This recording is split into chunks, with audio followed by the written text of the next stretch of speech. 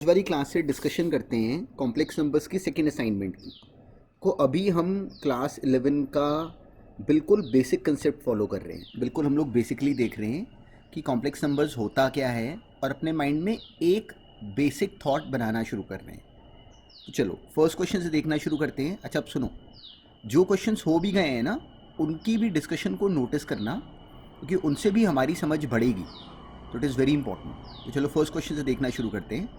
ये नोटिस करो, first question वैसे बहुत ईजी है पर देखते हैं फिर भी।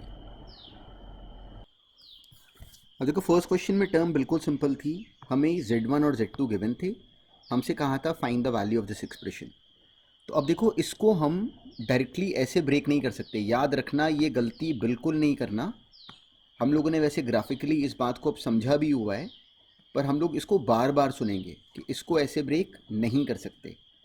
In fact modulus of z1 plus z2 जो होता है वो less than equal to mod z1 plus mod z2 होता है।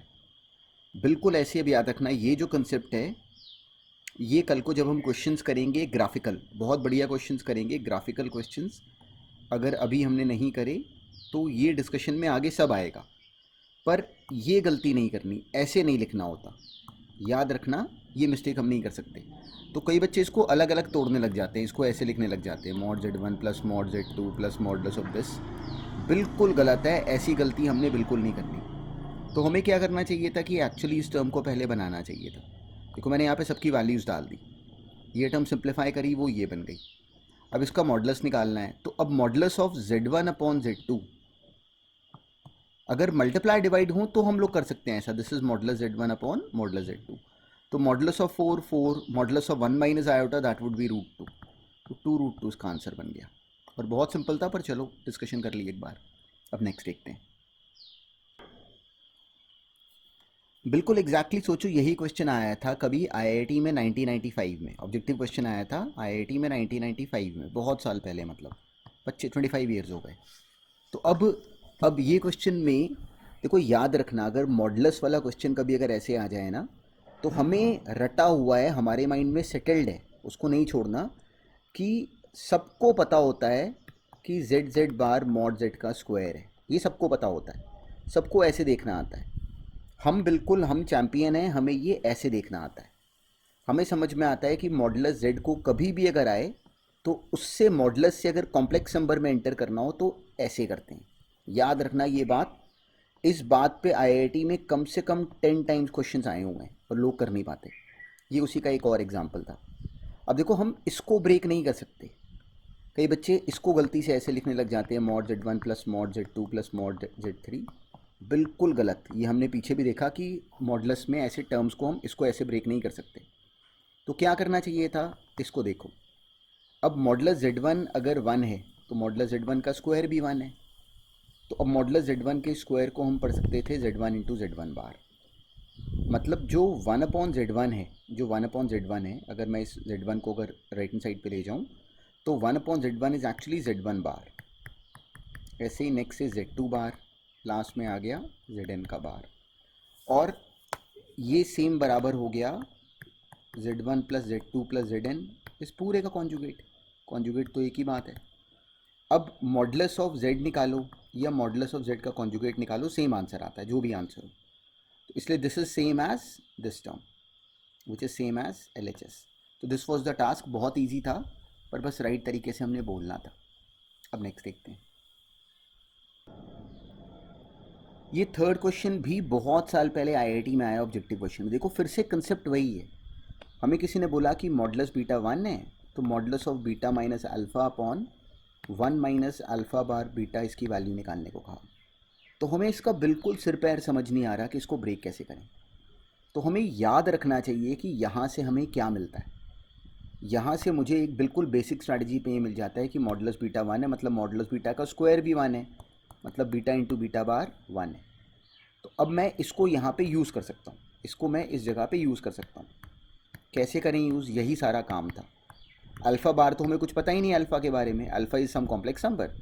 तो अब जो यहाँ वाला जो बीटा, ये जो लिखा हुआ है, अगर इस बीटा को मैं यहाँ से पढ़ लूँ 1 अपॉन बीटा बार, देखो ये मैं ऐसा क्यों करूँ, क्योंकि मुझे दिखता है कि ऐसा करते ही जब मैं एलसीएम लूँगा तो ये बन जाएगा बीटा माइनस अल्फ़ा। यहाँ बन जाएगा beta bar minus alpha bar into साथ में एलसीएम लेके यहाँ पे बीटा बार आ जाएगा, ये बन जाएगी एक्सप्रेशन। तो this is same as beta minus alpha का मॉडुलस इनटू बीटा बार का modulus whole divided by beta bar minus alpha bar का मॉडुलस। देखो ये Z1 है इंटू Z2 अपॉन Z3, और मल्टीप्लिकेशन में हम मॉडुलस को ऐसे ब्रेक कर सकते हैं, ये बात हमें याद रहती है, बहुत बेसिक बात है।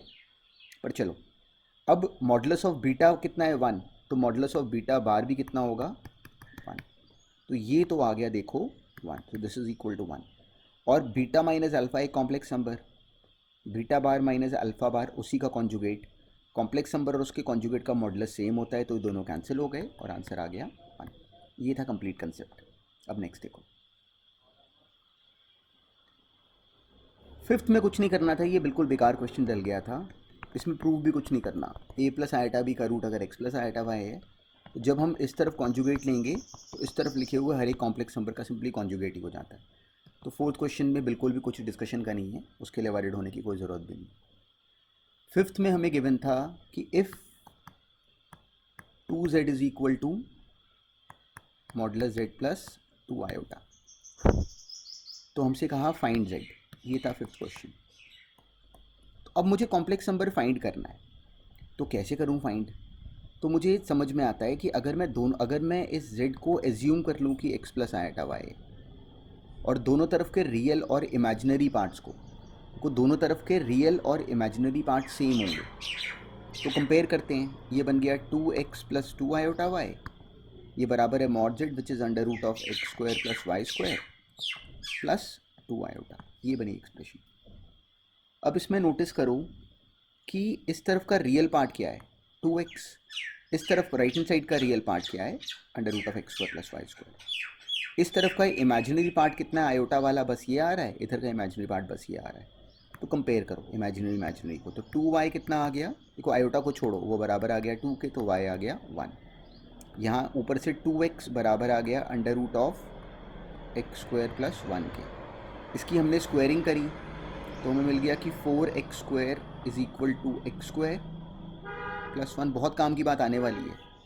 3x स्क्वायर आ गया 1, x आ गया प्लस माइनस 1/√3, बड़े काम की बात है। सुनो, जब x आया प्लस माइनस 1/√3 ना, तो हम एक बच्चा गलती से अपना आंसर ये बनाने की करता, उसको लगता कि मेरा आंसर ये होना चाहिए 1/√3 प्लस आयोटा और माइनस 1/√3 प्लस आयोटा।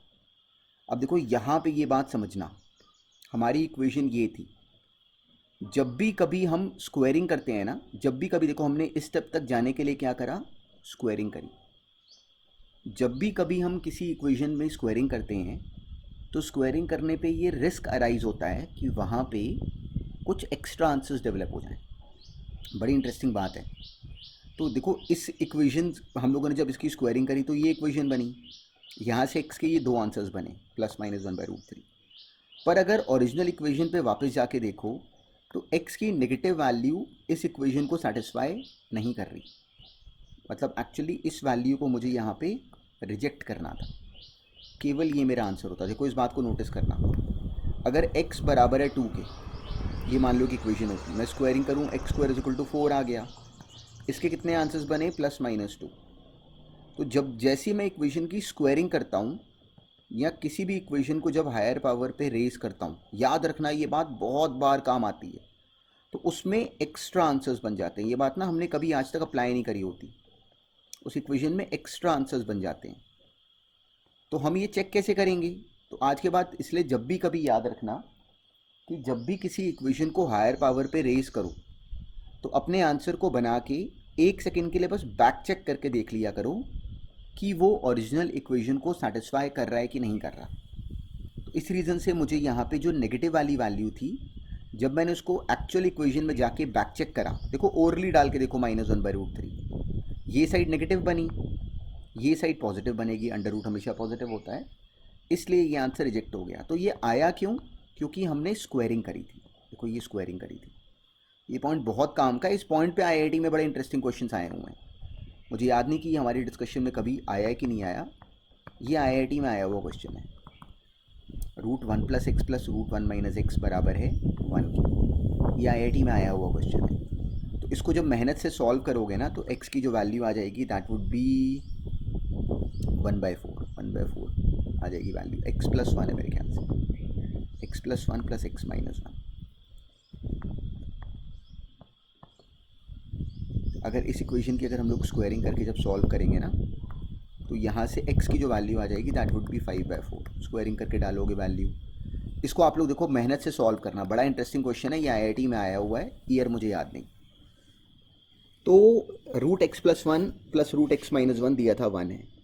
10th के लेवल का क्वेश्चन है, अपने छोटे भाई बहनों को 10th वालों को दे के देखना है। जब x की वैल्यू जब इसको सॉल्व करोगे मेहनत से, इस टर्म को उधर ले जाओगे, स्क्वायरिंग करोगे, करके देखना ये क्वेश्चन। जो x का फाइनल आंसर बनेगा वो आ जाएगा 5/4। तो अब ज़रा 5/4 कैसे ऑब्टेन करा हमने, स्क्वायरिंग करी, पूरी मेहनत से स्क्वायरिंग कर करके जब सॉल्व करोगे, चलो मैं कर देता हूँ। रूट एक्स प्लस वन बराबर है 1 minus root x minus one के।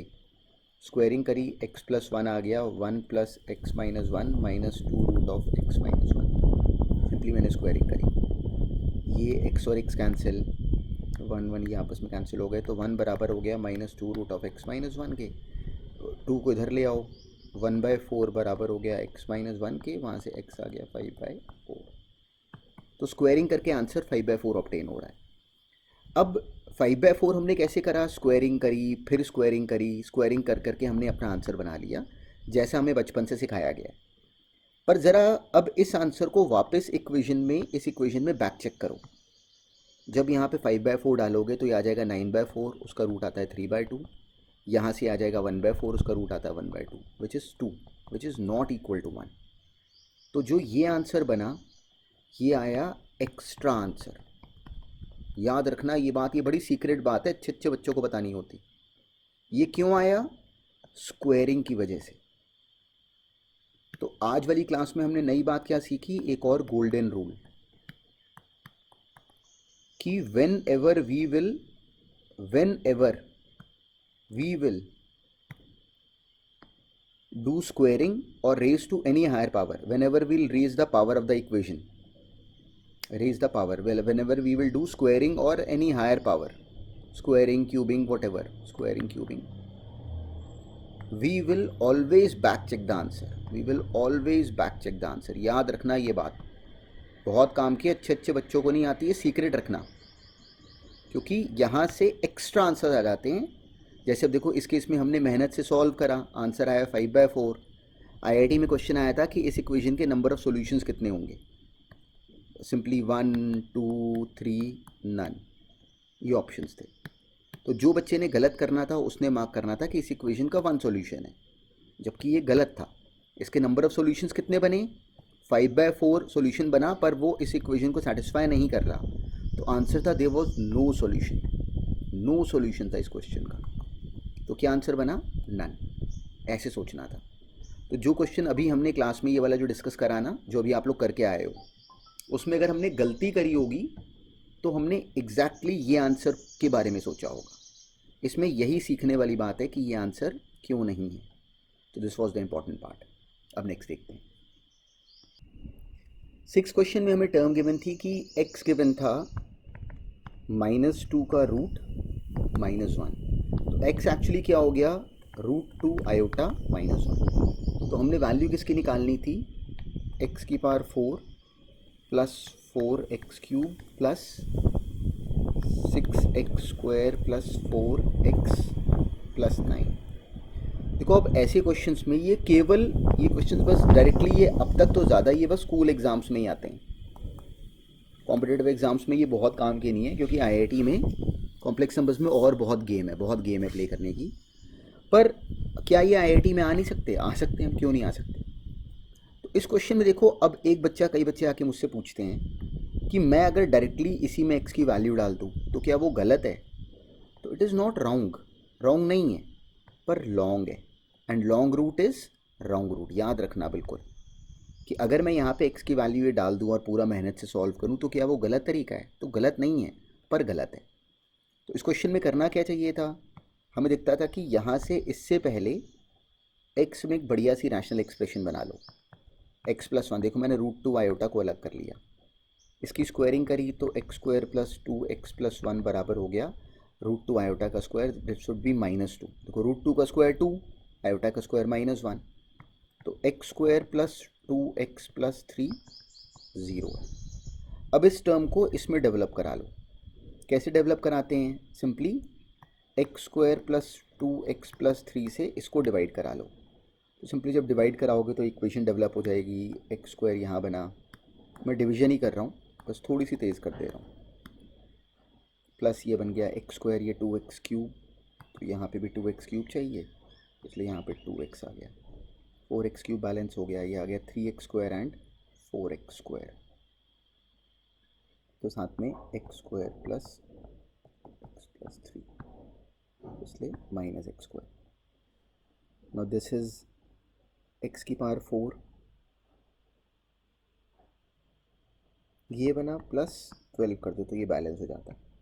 X square plus 2x - 1 into x square plus 2x+3 plus 12, ये बन जाती है एक्सप्रेशन। तो मैंने इस एक्सप्रेशन को ऐसे कन्वर्ट कर लिया डिवीजन करके, जैसे हमने सीखा है।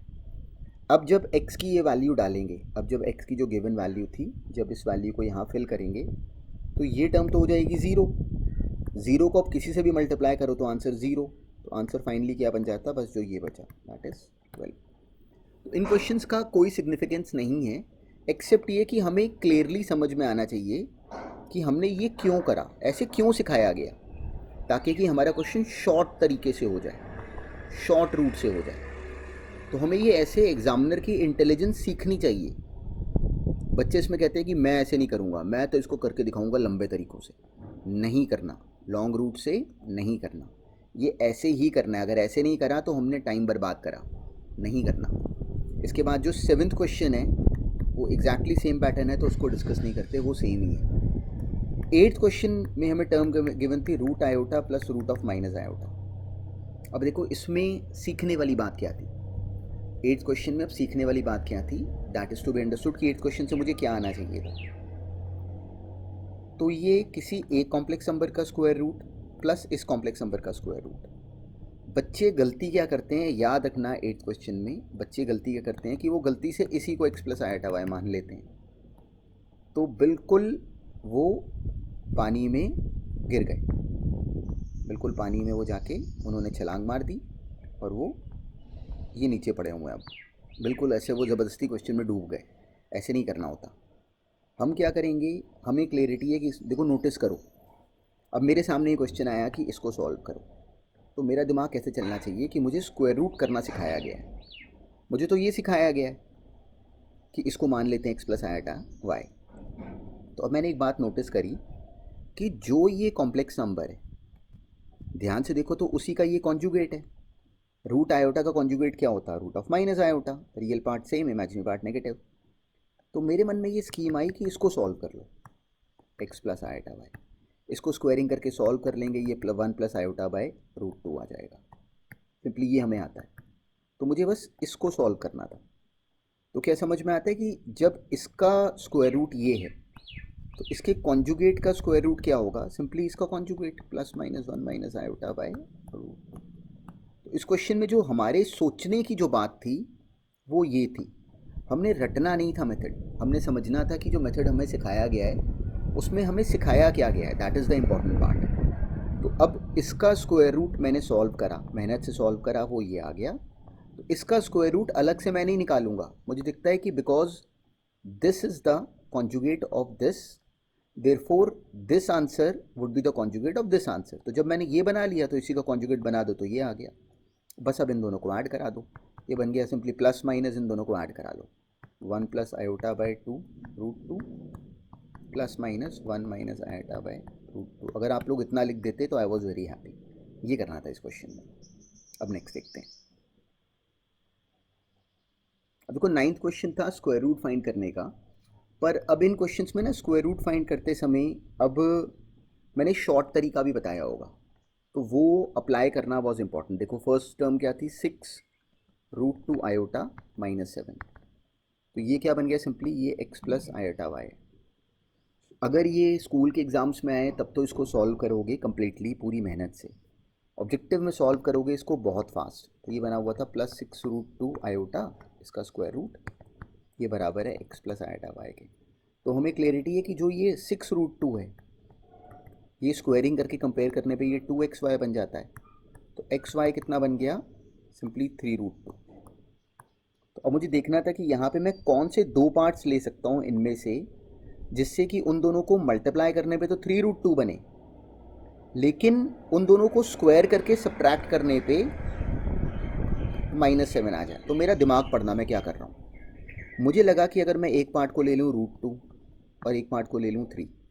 देखो √2 का स्क्वायर क्या होता है 2, 3 का स्क्वायर क्या होता है 9, तो आंसर कितना आता है -7, और हमें चाहिए भी -7। तो मेरी बात बन गई, x है √2 और y है 3, और बीच में इन दोनों के साइन कैसा है, देखो ये प्लस है, यहाँ इसको देखते हैं, याद रखना ये प्लस है, इसलिए मेरे आंसर में भी प्लस आएगा। तो आंसर बनेगा √2 + 3 iota. This was the answer to this question. Answer कितना बना, √2 + 3 आयोटा। और नोटिस करो कि मैंने कितनी फास्ट सॉल्व करा जब मैंने इसको ऑब्जेक्टिव के तरीके से सॉल्व करा। तो हमें ऐसे करना था। स्कूल के एग्ज़ाम के लिए इसको जब टेस्ट में दोगे या जब बोर्ड्स के लिए करोगे तो इसको प्रॉपर स्क्वायरिंग करके वो x² - y² निकाल के -7, 2xy निकाल के, और फिर x² + y² निकाल के वैसे ही करोगे। पर ऑब्जेक्टिव क्वेश्चंस के लिए इसको करोगे ऐसे जैसे मैंने अभी अभी करा है। जो इसके बाद नेक्स्ट क्वेश्चन था 9th का, जो इसके बाद जो नेक्स्ट जो पार्ट गिवन था, that was 4ab - 2 × a² - b²। वो हमने करा हुआ वैसे, पर मैं वो भी दिखा देता हूँ। 4ab, देखो इस वाले क्वेश्चन में अगर 100% बात मेरी समझो ना, तो कम्प्लीटली जो रोल है वो अब स्क्वायर रूट का नहीं है। इस क्वेश्चन में कम्प्लीटली जो रोल था वो था कि हम कितनी इंटेलिजेंटली इस क्वेश्चन को परस्यू कर पाएँ। अब देखो इसमें सेम कहानी थी। यहाँ पे नोटिस करो कि 2xy कितना आ गया, वह आता -2 टाइम्स ऑफ a² - b²। तो अब 2 काट दो। तो अब दो पार्ट्स हैं जिनको मल्टीप्लाई करने पे ये बनना चाहिए और स्क्वायर करके सब्ट्रैक्ट करने पे 4ab आना चाहिए। तो मैंने ट्राई करा, तो मेरे मन में आया कि एक पार्ट को ले लो a + b और एक पार्ट को ले लो a - b। माइनस साइन तो हम लोग एडजस्ट कर सकते हैं, एक पार्ट को a + b ले लो, एक पार्ट को b - a ले लो। तो a - b का स्क्वायर माइनस, या a + b का स्क्वायर माइनस a - b का स्क्वायर कितना हो जाता है 4ab। तो मेरी बात बन गई, x कितना आ गया a + b, y आ गया a - b और विथ अ माइनस साइन। इस क्वेश्चन का फाइनल आंसर बन जाता है a + b - iota a - b और बाहर प्लस माइनस। स्पीड नोटिस करो कि मैं कैसे कर रहा हूँ। देखो सारे क्वेश्चन सारे मेथड मैंने कराए हुए हैं, पर इस क्वेश्चन में अब मेरी स्पीड नोटिस करो कि इसको मैं हैंडल कैसे कर रहा हूँ। तो ये इस लेवल का क्वेश्चन स्कूल के एग्ज़ाम में भी आ सकता है, हमने करा भी हुआ है, क्लास में डिस्कस्ड है। अगर मिस करा है तो वो क्लास के क्वेश्चंस को फिर से देखो। अब जो अकेला डिस्कस करने वाला क्वेश्चन था ना इस वाले में, वो था इसका जो 13th पार्ट गिवन है आपको टेस्ट में, जो इस असाइनमेंट का जो ये जो 13th पार्ट गिवन था ना, ये क्लास में शायद डिस्कस नहीं है, इसलिए इसको देख लेते हैं। देखो देखने में कितना डेंजरस सा क्वेश्चन लग रहा है। -1 upon iota would become plus iota, x upon y minus y upon x, -9/4। इसका स्क्वायर रूट निकालना था हमें। मान लो इसको मैंने मान लिया a + आयोटा b। तो अब मेरा काम क्या है, a और b फाइंड करना। अब देखना मैं क्या करूँगा। देखो 2ab कितना बनेगा, 2ab जब स्क्वायरिंग करोगे तो 2ab आ जाएगा simply x upon y minus y upon x, ये बनेगा 2ab। और यहाँ से हमें क्लैरिटी है कि जो इफ़ दिस इज़ 2ab, तो अब जो a² - b² है वो बनेगा x² upon y² plus y² upon x² -9/4। तो इसको क्या हम पढ़ सकते हैं कि this is simply x upon y minus y upon x का होल स्क्वायर। यहाँ से -2 आ जाता है तो -1/ सिंपली -2 बनेगा इसमें एक्स्ट्रा। तो साथ में इसको अगर हम यहाँ पे इसको एडजस्ट करें तो +2 करा तो ये +1/4 आ जाएगा। दिस वुड बी -1/4 ये बन गया। तो इस 2ab में अब नोटिस करो कि ये a इंटू बी कितना बन गया, simply half of this.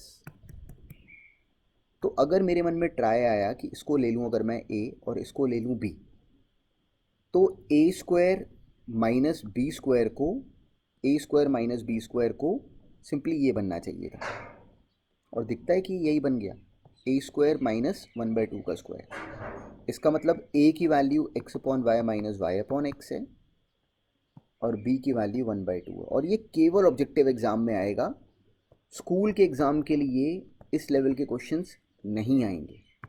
Objective exam में इस लेवल के क्वेश्चंस हमें ये ओरली करने आने चाहिए। देखो मैं किस स्पीड पे कर रहा हूँ, ओरली ही करने हैं इनको। तो बनेगा a प्लस आयोटा b, ये बनता है इस क्वेश्चन का complete final answer with a plus minus. ये था इस वाले का मेन पर्पज़ एक्चुअली। तो इस वाली असाइनमेंट में जो ये हम लोगों ने ये जो कॉम्प्लेक्स नंबर्स में जो स्क्वायर रूट वाले क्वेश्चंस थे, उसमें इस मेथड को डिस्कस कराने का मेरा पर्पस था ज़्यादा, कि एक बार हमारी क्लियरिटी बन जाए इन दिस मेथड। अब 10th क्वेश्चन शायद क्लास में डिस्कस्ड है, शायद नहीं, पर फिर भी कर लेते हैं चलो। 10th में हमें देखो a² plus b² plus c² किसी ने 1 दिया, ये भी IIT में आया बहुत साल पहले, और बुक्स का बढ़िया क्वेश्चन है। b plus iota c given था कि 1 प्लस a इंटू जेड है। हमें कहा कि prove that a plus iota b upon 1 plus c ये बराबर है 1 plus iota z upon 1 minus iota z के। अब मैं क्या करूं, ऐसे देखने में तो मेरे को समझ ही नहीं आ रहा कि क्या करें। अगर z को मैं x प्लस आयोटा y मानूं तब तो बिल्कुल इस क्वेश्चन में हम गए, हमसे ये हो नहीं पाता आगे सॉल्व। तो अब क्या करें, तो मेरे मन में आया कि क्यों ना इसको, इस वाली टर्म को जो RHS है उसको मैं सिंप्लीफाई करके LHS बना के दिखा दूँ। एक थॉट आया, तो RHS को किसी तरीके से मैं LHS में कन्वर्ट कर दूँ। अगर मैं इसमें अगर z को वैसे x प्लस आयोटा y भी ले लूँगा तो भी चल जाएगा, पर चलो मतलब जो z है वो actually b plus iota c upon 1 plus a। तो अगर मैं यहाँ पे डालूँ, मैंने डाला 1 plus iota times of b plus iota c upon b plus a whole divided by 1 minus iota times of b plus iota c upon 1 plus a। Try कर रहा हूँ कि क्या कैसे कर सकते हैं इसको। इसका एलसीएम लिया, ये बन जाएगा 1 plus a plus iota b minus c upon 1 plus a minus iota b plus c, ये बना। तो मुझे इसको, इस RHS को सिंप्लीफाई करके ये बना के दिखाना है कि किस तरीके से ये और ये अब सेम आ जाए। देखो मैंने z का रोल ख़त्म कर दिया। Now I have to prove that this term is equal to this term, ये मेरा काम है। तो अब मैं कैसे करूँ, तो अब मुझे देखो जब भी कभी प्रूविंग वाले क्वेश्चंस होते हैं ना, तो मुझे प्रूविंग वाले क्वेश्चंस में कोई एक धागा पकड़ना होता है। याद रखना कि अब हमेशा ये होता है, जब आपने 10th में ट्रिग्नोमेट्री करी ना, तो उसमें आपको यही सिखाने की कोशिश थी, पर हम लोग कई बार लिमिटेड क्वेश्चंस याद कर लेते हैं तो हमें पता नहीं चलता। अब मुझे यहाँ पे किसी तरीके से इसको सिंप्लीफाई करके ये बना के दिखाना है, और मैं कैसे करूँ। तो मैंने देखा कि मुझे a² plus b² plus c² के बने की 1 है, तो a² प्लस b² को कह सकते हैं कि वो 1 माइनस c² है। अब जो a² प्लस b² है उसको पढ़ सकते हैं a plus iota b into A minus iota b, ये बराबर है 1 plus c into 1 minus c के। मतलब जो a माइनस आयोटा b है, a माइनस आयोटा b को मैं पढ़ सकता हूँ 1 minus c into 1 plus c upon a plus iota b। कोई प्रॉब्लम नहीं है, कर सकते हैं। तो अब मैंने डिनोमिनेटर में इस a माइनस आयोटा b को पकड़ा, ये बना हुआ 1 plus a plus iota b numerator minus c, ये बना 1 प्लस c, और इस a माइनस आयोटा b की जगह लिख दिया 1 minus c into 1 plus c upon a plus iota b। जैसे ये लिखा ना, अब इसका एलसीएम लो, 1 सेकंड में ये टर्म पूरी ऊपर नीचे कैंसिल हो जा रही है, a प्लस आयोटा b बच जाता है और नीचे 1 प्लस c कॉमन आ जा रहे हैं इन दोनों में से। बाकी term a plus iota b plus 1 minus c ऊपर नीचे कैंसिल हो जाता है। Hence this is equal to LHS, hence proved. तो ये इंटेलिजेंट क्वेश्चन था। इसमें कॉम्प्लेक्स नंबर्स का देखो, जब ये क्वेश्चंस करते हो ना, इसमें कई बच्चे कहते हैं कॉम्प्लेक्स नंबर्स अच्छा या कॉम्प्लेक्स नंबर्स इजी। वो गलत लॉजिक है। आप लोग इस क्वेश्चन में क्यों फंसे? क्योंकि आप लोग इसको लॉजिकली ब्रेक करने के प्रोसेस से हेजिटेट कर गए। याद रखना ये बात, ये क्वेश्चन अगर नहीं हुआ तो उसमें गलती कॉम्प्लेक्स नंबर्स की नहीं है। हम लोग क्वेश्चन में उसको एनालिटिकली ब्रेक करने से घबरा गए। बच्चों को पता नहीं चलता, वो कहते हैं कॉम्प्लेक्स नंबर्स मुश्किल। तो that is a silly thought. Complex numbers का क्या दोष इसमें?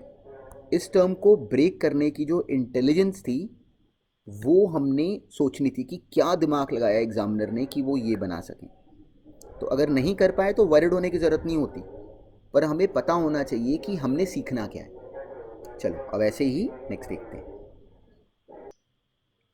अब देखो इस 11th क्वेश्चन में सारी अंडरस्टैंडिंग क्या थी कि हमें गिवन था कि if this is given and modulus Z2 हमें गिवन था कि this is not equal to 1।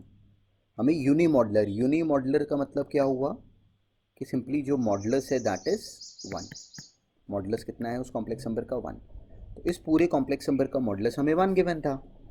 ये देखिए हमसे कहा गया था कि मॉडुलस ऑफ Z1 फाइंड कर दो। तो अब सारे क्वेश्चंस में इसमें जो बच्चा गलत करता, गलत करने के तो 100 तरीके पॉसिबल थे, जो बच्चा राइट करता उसको क्लैरिटी थी कि मॉडुलस वाले क्वेश्चन में सबसे बड़ा ये रूल है, बिल्कुल ये रूल सबसे सुप्रीम है, लोगों को पता नहीं होता। तो इसमें सिंपली इसको पहले मैंने ब्रेक करा, modulus of numerator upon modulus of denominator. Denominator के मॉडुलस को इधर लेके आया। देखो मेरा इंटेंट क्या है, मेरा इंटेंट है कि मैं अब दोनों तरफ करूँगा स्क्वायरिंग, और इस कॉम्प्लेक्स नंबर के मॉडुलस का स्क्वायर क्या बन जाता? Complex number into its conjugate. बिल्कुल नीटली लिखा। वही बराबर है इधर वाला कॉम्प्लेक्स नंबर इनटू इसका कॉन्जुगेट। कॉन्जुगेट क्या बनता है? 2 का कॉन्जुगेट 2, Z1 का कॉन्जुगेट Z1 बार, Z2 बार का बार क्या हो गया? Z2। अब इनको एक्चुअली मैंने मल्टीप्लाई करा, ऐसे इधर इसको एक्चुअली मल्टीप्लाई करा, तो ये टर्म और ये टर्म कैंसिल, ये टर्म और ये टर्म कैंसिल, ये बच गए। नीटली बिल्कुल साफ साफ लिखा, इनको एक तरफ ले आए और ये सिंपल फैक्टराइजेशन करी। देखो इन दोनों में से मैंने मॉड Z1 स्क्वायर कॉमन ले लिया, इन दोनों में से 4 कॉमन ले लिया, तो ईजिली ये टर्म बन गई। वहाँ से ये हमें गिवन है कि 1 है नहीं, इसलिए ये 0 नहीं होगा, मतलब ये 0 है, तो वहाँ से मॉडुलस Z1 कितना आ गया? 2। तो this was the requirement. Test में ऐसे का सवाल अगर आए कभी तो हमें इसको कॉन्फिडेंस से ऐसे लिख के अपने आप करना चाहिए। तो अगर मान लो मिस कर गए हो ऐसे करना, तो इसको अपने हाथ से ऐसे करके देखो तो ही ये आना शुरू होगा। अब नेक्स्ट देखते हैं। 12th बिल्कुल सिंपल था, find real part of Z। उसको मैं सॉल्व नहीं कर रहा, जबकि उसका आंसर दिया भी नहीं हुआ, पर वो तब भी इजी है। 13th में हमें गिवन था कि प्रूव दैट 1 प्लस आयोटा की power 2n plus 1 minus iota की पावर 2n को हमने प्रूव करना था कि वो 2 की power n plus 1 upon minus 1 की पावर n बाई 2 है। ये हमने प्रूव करना था, where n is an even integer. ये हमने प्रूव करना था कि this is 0 if n is odd and this is this if n is even. ये था क्वेश्चन। तो अब क्या करते? तो 1 प्लस आयोटा का होल स्क्वायर हम जानते हैं कि 2 आयोटा होता है। 1 प्लस आयोटा का होल स्क्वायर करो तो कितना आता है? 2 आयोटा। इसको लिख सकते हैं 2 आयोटा की पावर n, ऐसे इसको लिख सकते हैं माइनस 2 आयोटा की पावर n। ये बन गया क्वेश्चन। तो अब क्या दिखता है कि इन दोनों में से 2 की पावर n कॉमन आ सकती है, अंदर बन गया आयोटा की power n plus minus iota की पावर n। ये बन गया क्वेश्चन। अब अगर तो n ऑड है, अगर तो n ऑड है तो क्या विजिबल है कि दोनों टर्म्स कैंसिल हो जाती, आंसर कितना आ जाता? 0। तो ये वाला पार्ट तो हो गया। अगर n इवन है, अगर n इवन है, if n is even, so in that case what would happen is this, if n is even, तो उस केस में माइनस आयोटा की पावर जब इवन नंबर करोगे तो माइनस 1 की पावर n फिर से क्लियर है, सेम 1 ही बन जाएगा। तो 2 की power n simply 2 times of iota की पावर n हो गया। कोई स्किल नहीं, कोई स्पेशल बात नहीं। तो ये बन गया 2 की power n plus 1 into iota कितना होता है? माइनस 1 की पावर 1/2, तो माइनस 1 की पावर n/2। ये बनी मेरी टर्म एक्चुअली। पर उन्होंने क्या लिखा हुआ है? उन्होंने इसको लिखा हुआ है 2 की power n plus 1 upon minus 1 की पावर n/2। कई बच्चे यहाँ तक बनाने के बाद भी कंफ्यूज होते हैं, तो ये इंटेलिजेंट पार्ट था। वो कहते हैं कि ये कैसे बनाएं। तो क्या समझ में आता है, -1 की पावर n/2 को चाहे न्यूमरेटर में लिख दो चाहे डिनोमिनेटर में लिख दो, एक ही बात है। क्योंकि इसका आंसर अगर 1 आना है तो मल्टीप्लाई करो 1 से, अगर -1 आना है तो डिवाइड करो -1 से या मल्टीप्लाई करो -1 से, एक ही बात है। इसलिए ये और ये, इसको इंटेलिजेंटली देखो, ये सेम लिखे हुए हैं, कोई फ़र्क नहीं है। क्योंकि -1 की पावर n/2 का आंसर या 1 आना है या -1 आना है, इसलिए इसमें फर्दर कोई भी स्किल नहीं था। अब नेक्स्ट देखते हैं। 14 था, find the solution of modulus z+1 is equal to z+2 iota. ये सेम काम था, z को ले लो x प्लस आयोटा y, तो ये बन जाता है x+1 का स्क्वायर प्लस y² का रूट, ये बराबर आ जाता है x+2 plus iota times of y+2 के। अब रियल पार्ट दोनों तरफ का और इमेजिनरी पार्ट दोनों तरफ का कंपेयर करो।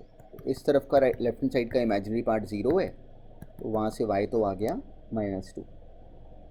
इसको पुट कर दो अब बाकी दूसरी इक्वेशन में, तो मिल जाता है x+1 का होल स्क्वायर प्लस 4 बराबर है x+2 के। इसकी स्क्वायरिंग करी तो x+1 का होल स्क्वायर प्लस 4 बराबर आ गया x+2 का होल स्क्वायर के। इसको इधर ले जाओ तो 4 आ गया a² minus b² which is 1 × 2x+3।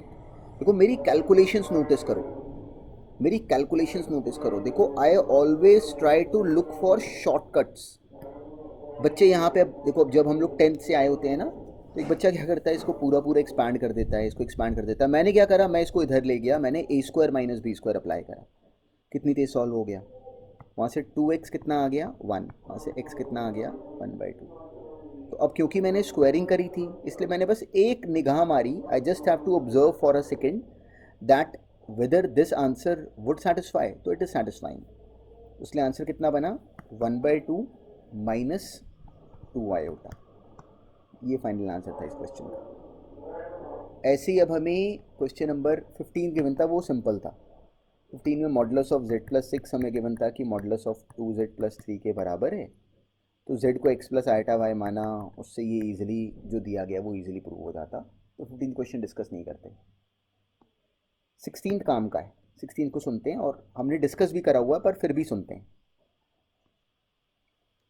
16th में हमें ये गिवन था कि if modulus of z1 plus z2 का होल स्क्वायर, ये दिया कि modulus z1 square plus modulus z2 square के बराबर है, तो क्या करें। तो हमें पहले इस टर्म को ब्रेक करना था। इसको लिखना चाहिए था z1 plus z2 into z1 बार प्लस z2 बार। ये बराबर है मॉडुलस z1 स्क्वायर के प्लस मॉडुलस z2 स्क्वायर के। इसको एक्सपैंड करेंगे तो z1 बार मॉड z1 स्क्वायर, मतलब फाइनली ये मिल गया हमें, ये मिल गया। यहाँ से हमें ये मिल जाता। और याद रखना ये बातें सब बहुत इंपॉर्टेंट हैं सीखने की। यहाँ से मुझे मिल गया कि z1 upon z2 is equal to minus of z1 bar upon z2 bar. यहाँ से क्या मिला कि z1 अपॉन z2 अपने कॉन्जुगेट का नेगेटिव आ रहा है। तो if any complex number is negative of its complex number और negative of its conjugate, then that complex number is purely imaginary. बहुत इंपॉर्टेंट बात है, ये हमें प्रूव करने में बहुत हेल्प करता है बहुत अच्छे क्वेश्चंस में। तो इस क्वेश्चन में कई बच्चे z1 को x1 plus iota y1, z2 को x2 प्लस आयोटा y2 लेके करना शुरू कर देते हैं। कई बार बुक्स में भी ऐसे करा हुआ है। तो हमने ना बुक्स को देखना है ना ऐसे मेथड्स लगाने हैं। इन टॉपिक्स में जो मेथड्स बताए जाएं वैसे सोचना शुरू करो। अगर वैसे पहली बार में नहीं करा आज तक, कोई प्रॉब्लम नहीं, आज करो। देखो you have to learn how I am approaching questions, my approach towards questions, that is important. देखो ये पहली बार में नहीं आती, नया लगता है, हमें लगता है कि हमारे दिमाग से नहीं हो पाएगा, पर सबसे हो जाता है। चलो अब ऐसे ही हमें 17th क्वेश्चन में गिवन था कि if mod z is equal to 1। देखो 17th में अब टर्म क्या गिवन थी कि मॉड z हमें गिवन था कि 1 है। क्वेश्चन था prove that z minus 1 upon z plus 1 is purely imaginary. इस क्वेश्चन को करने का एक बिल्कुल बेसिक तरीका क्या होता कि मैं z को x प्लस आयटा y मानूँ। बुक्स में ये कई बार ऐसे होता है, और मुझे क्या गिवन है कि x square plus y square 1 है, ये मुझे गिवन है। तो यहाँ पे अब मैं इस टर्म को सिंप्लीफाई करके दिखा दूँ कि ये प्योरली इमेजिनरी है। कई बार ये क्वेश्चन बुक्स में ऐसे करा हुआ होता है, हमने भी शायद डिस्कशन में ये ऐसे करा हो, तो ये गलत नहीं है, पर लॉन्ग रूट है। और लॉन्ग रूट क्या होता है? Wrong route. हमने शॉर्ट रूट सीखना होता है। तो अगर ये कॉम्प्लेक्स नंबर, अब सोचो ज़रा इंटेलिजेंटली, मुझे प्रूव करना है कि ये कॉम्प्लेक्स नंबर प्योरली इमेजिनरी है। तो जो कॉम्प्लेक्स नंबर प्योरली इमेजिनरी होता है, वो पता करने का एक तरीका याद है कि वो अपने कॉन्जुगेट का नेगेटिव होता है, अपने कॉन्जुगेट का नेगेटिव होता है। तो मॉड जेड के 1 दिए होने से मुझे पता है कि z इंटू जेड बार 1 है, ये मुझे पता है, ये मैं जानता हूँ। तो अब अगर मान लो कि इस कॉम्प्लेक्स नंबर का नाम अगर मान लो मैंने रखा z1 रखा, z1 बार नहीं, z1 रखा। अब ज़रा z1 बार बनाओ, वो क्या था? z का बार z बार माइनस 1 का बार 1 और z बार प्लस 1। इस कॉम्प्लेक्स नंबर का कॉन्जुगेट ये बना। अब z bar is actually 1 upon z, उसको लिखा हमने, एलसीएम लेते ही वो आ गया minus of z minus 1 upon z plus 1, which is minus of z1। तो जो z1 बार है वो माइनस ऑफ z1 आ गया। मतलब जो z1 कॉम्प्लेक्स नंबर है उसका कॉन्जुगेट अपना नेगेटिव आ रहा है। z1 is purely imaginary. देखो कितनी इंटेलिजेंटली हमने क्वेश्चन सॉल्व कर लिया, जो कि कई बार बुक्स में बहुत लंबे तरीक़ों से सॉल्व होगा। ये ऐसे आना चाहिए, ऐसे आने चाहिए ये तरीके ना। देखो पहली बारी में इट ऑलवेज साउंड्स कॉम्प्लिकेटेड, हमारा माइंड हमें बोलेगा कि ऐसे तेरे से नहीं हो पाएगा, पर सेकेंड टाइम जब इन्हीं सॉल्यूशंस को ऑब्जर्व करते हो ना, तो हमें लगता है कि ऐसे ही तो करते हैं, कोई ऐसे कैसे कर सकता है, कोई इतने स्टूपिड रूट से क्यों करा हुआ है, बुक्स में भी ऐसे करा होगा। हमने नहीं करना, हमें राइट तरीके से बोलना आना चाहिए बिल्कुल शुरू से ही, तभी हम स्कूल के एग्ज़ाम्स में भी बिल्कुल सुपर जोन में जाएंगे और तभी ऑब्जेक्टिव एग्जाम्स में भी राइट जोन में होंगे। तो इसलिए इन चीज़ों की क्लैरिटी नोटिस करो कि मैं कैसे कर रहा हूँ। तो चलो, this was the discussion of the complete assignment 2।